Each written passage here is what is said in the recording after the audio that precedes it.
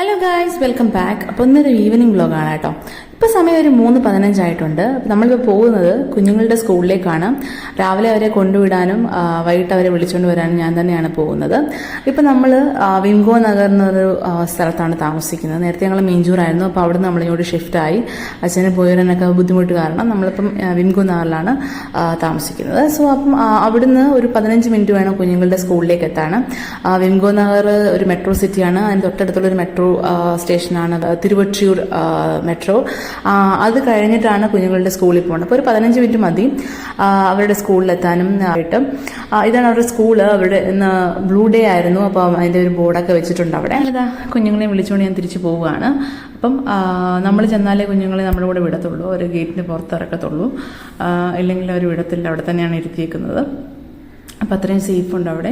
അങ്ങനെ എന്നെ കണ്ട സന്തോഷത്തിൽ ഇവാന് അവിടുത്തെ വിശേഷങ്ങളും കാര്യങ്ങളൊക്കെ പറയുകയാണ്. ഇടയ്ക്ക് വെച്ച് ആ ഓട്ടോ ഓടിക്കുന്ന കുറച്ച് അവർക്ക് വേണ്ടിയിട്ടുള്ള ഫ്ലവേഴ്സൊക്കെ മേടിക്കാൻ വേണ്ടി നിർത്തി. അങ്ങനെ നമ്മുടെ എത്തുവാണ്. നമ്മൾ താമസിക്കുന്നത് മേളിലാണ്, അതായത് 2 നിലയാണ്. അതിൽ താഴെ ഒരാൾ താമസിക്കുന്നുണ്ട്. അതിന് മുകളിലാണ് നമ്മൾ താമസിക്കുന്നത്. താഴെ താമസിക്കുന്ന ആൾ മാസത്തിൽ ഒരിക്കലേ വരത്തുള്ളൂ. ഒരു വർക്ക് ചെയ്യാണ് ബാംഗ്ലൂർ. സോ അവിടുന്ന് മാസത്തിൽ ഒരിക്കലേ വരത്തുള്ളൂ. അപ്പോൾ അതുകൊണ്ട് നമുക്ക് വലിയ കുഴപ്പങ്ങളൊന്നുമില്ല. അങ്ങനെ കുളിയൊക്കെ കഴിഞ്ഞ് അവർ ഫ്രഷായി കുറച്ച് നേരം പുറത്തൊക്കെ ഇരുന്ന് കളിച്ച് ഒക്കെ ചെയ്യുവാണ്. എപ്പോഴായാലും ഇവാൻ വന്ന ഉടനെ ഫ്രിഡ്ജ് നോക്കും എന്തൊക്കെയാണ് അതിനകത്തുള്ളതെന്ന്. ഞാനാണെങ്കിൽ അവരുടെ ടിഫിനൊക്കെ കഴുകി വെക്കുവാണ്. അത് കഴുകിയൊക്കെ വെച്ചിട്ട് അവർക്ക് വേണ്ടിയിട്ടുള്ള കോഫി ഇടുവാണ്. ഇവന് കോഫിയാണ് ഇഷ്ടം. രാവിലെ ചായയും വൈകിട്ട് കോഫിയാണ് ഉണ്ടാക്കുന്നത്. ജനൽ തുറന്ന ഉടനെ നമുക്ക് അതിഥി വരും കേട്ടോ.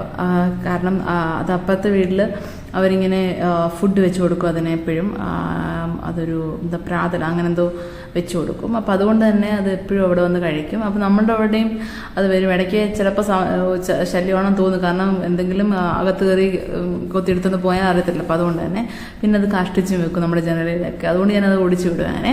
അപ്പോൾ കോഫിയൊക്കെ ഉണ്ടാക്കി നമ്മൾ ഞാനും കുഞ്ഞുങ്ങളും കൂടെ അവർക്ക് വേണ്ട സ്നാക്സും കൂടെ കൊടുത്തിട്ട് വന്നിരുന്ന് കോഫി കുടിക്കുകയാണ്.